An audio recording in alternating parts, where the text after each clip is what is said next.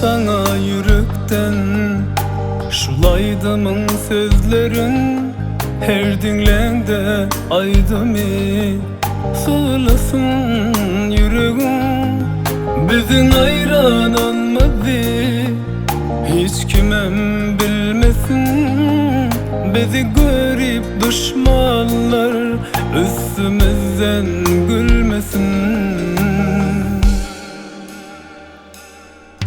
Gaytaların adını senden canım çıkınca, menin kızım bolsa da karın sen adını.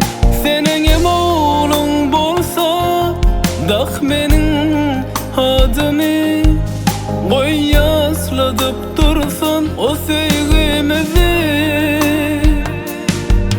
Gaytaların adını senden canım çıkınca, menin kızım bolsa da karın sen adını.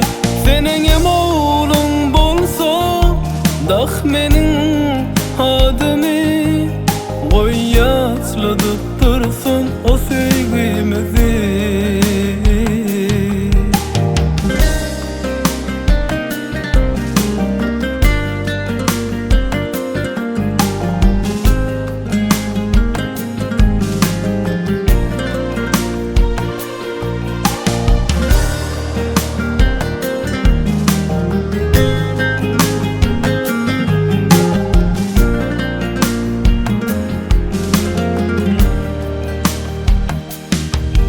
Yazdım sana yürekten, şulaydımın sözlerin her dinlende aydımı sığlasın yüreğim.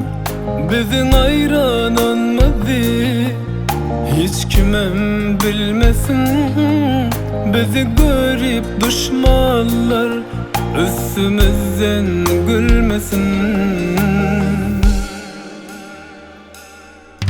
Gaytaların adını senden canım çıkınca, menin kızım bolsa da karın sen adını.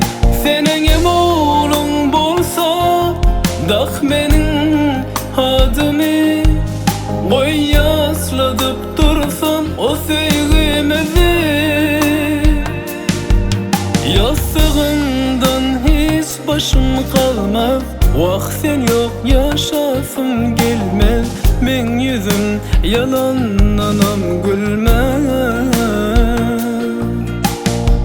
Gözlerim kör yalı görmez. Bu derde melhem tapılmaz. Bu derdini çekmedik bilmez.